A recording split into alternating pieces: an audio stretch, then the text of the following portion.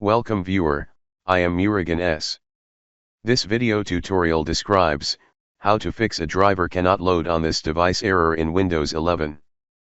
First method is turn off memory integrity.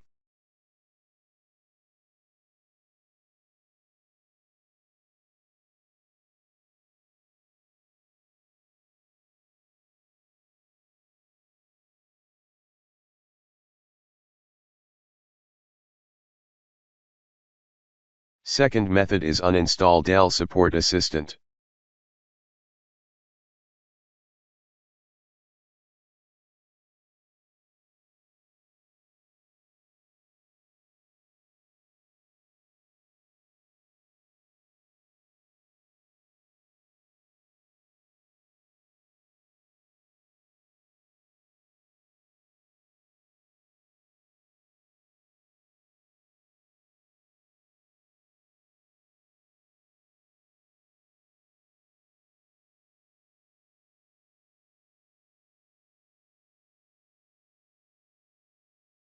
I hope this video tutorial helps to you.